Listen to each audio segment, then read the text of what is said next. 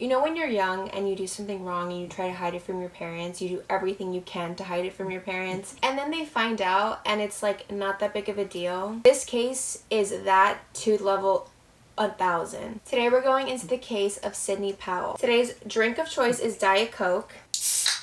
We're gonna sip and dip into some true crime. If you're new, welcome to my channel. My name's Francesca, and every week we're going to be covering a true crime story. So if you love true crime like me, subscribe and stay tuned. Sydney Powell was a 19-year-old girl from the state of Ohio. She lived in Akron, Ohio with her two parents, Brenda and Stephen. Sydney was known to be such a good student in high school, and she got great grades. She had a good relationship with her parents. Some even described her and her mother to be best friends. When Sydney graduated high school, she went and applied to the University of Mount Union, which is located in Alliance, Ohio. It's about a 45-minute drive to Akron, Ohio. So her parents were pretty happy about that. She was close to home, and she received a presidential scholarship. And this was due to her great grades. Her roommates and her peers said that she was always texting her parents, that she was really close to her parents, and especially her mom. Sydney was adjusting really well to the school. She joined a sorority. Her grades started dropping. She went from a 3.8 all the way down to where her academic scholarship stopped, and she was considered on probation. And this all happened in just 2 semesters that she was away at college. Although she lived very close to home, she decided to dorm at the school. So she was not only there studying, she was there living. And once you go onto academic probation, all that kind of comes to an end. So since she was on this probation, what the university ended up doing was sending home a letter saying that she was expelled from the school, that she wouldn't be able to return back and dorm there or study there. When you get this letter, you do have to sign for it. So she knew about the letter, she signed for it. She knew that she would not be allowed back into school, but she did return anyways for the following semester. She did not tell her parents about her expulsion, and she didn't mention anything about her grades, even though her parents did have access to their school portal. They did not use it since they trusted their daughter, and it didn't seem like it was necessary to check it. So they just didn't touch it. What they did use sometimes with her was Life 360.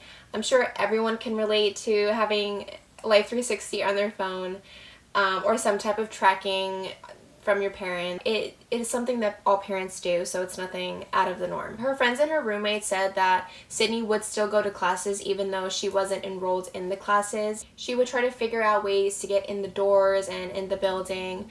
Her key card didn't work when she got back to school, so she couldn't go in her old dorm. Since Sydney could no longer live on campus, what she ended up doing to continue with this lie was stay at hotels.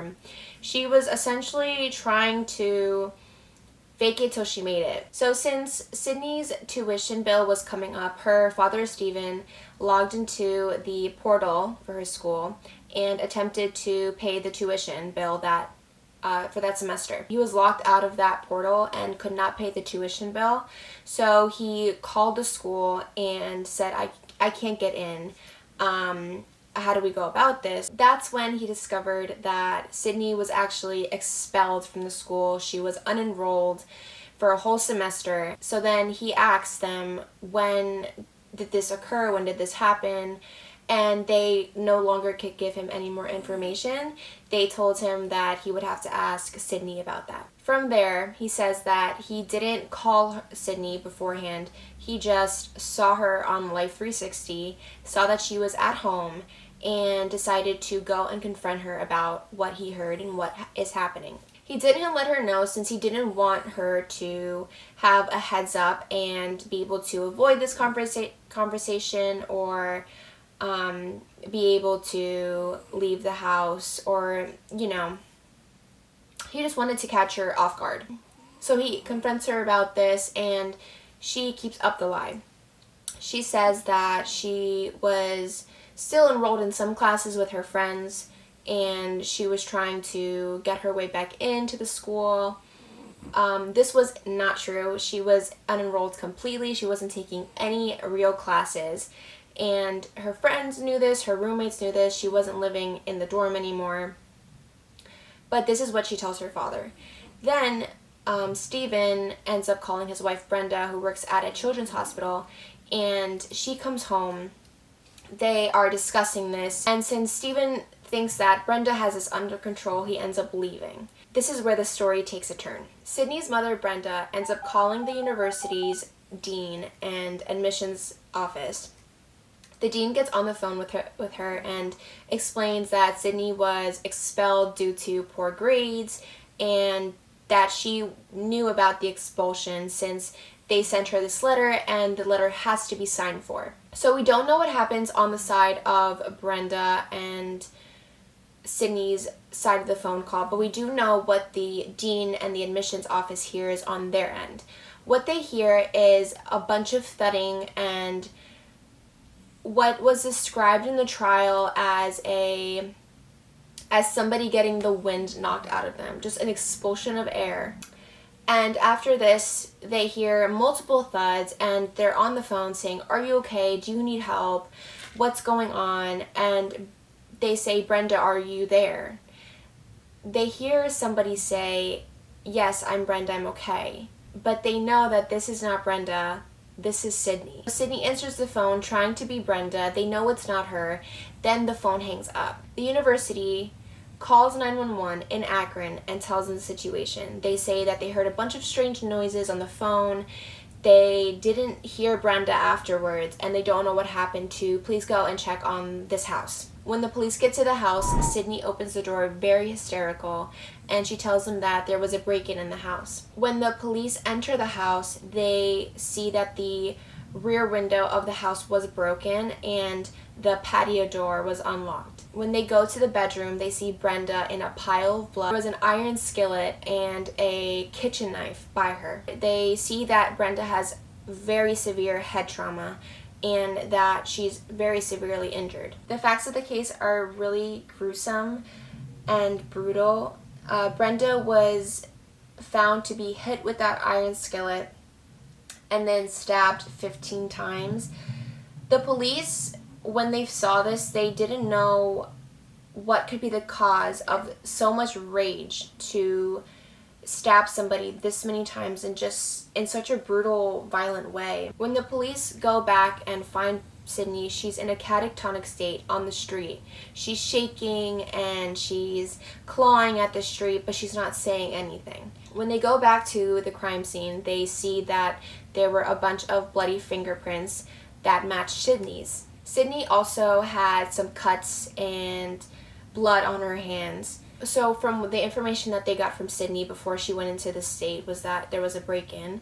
They assumed that Sydney attempted to break in through the window and that's where she got all these cuts. But on that same day, she ends up being arrested for her mother's murder. When Sydney gets arrested, since she wasn't talking, it was a very strange reaction to what happened. They ended up putting her in a psychiatric hospital and they did evaluations on her up until her trial. Her lawyers had 3 psychiatrists evaluate her and they ended up diagnosing her with schizophrenia. So I will say schizophrenia does develop later in life, typically around 20s.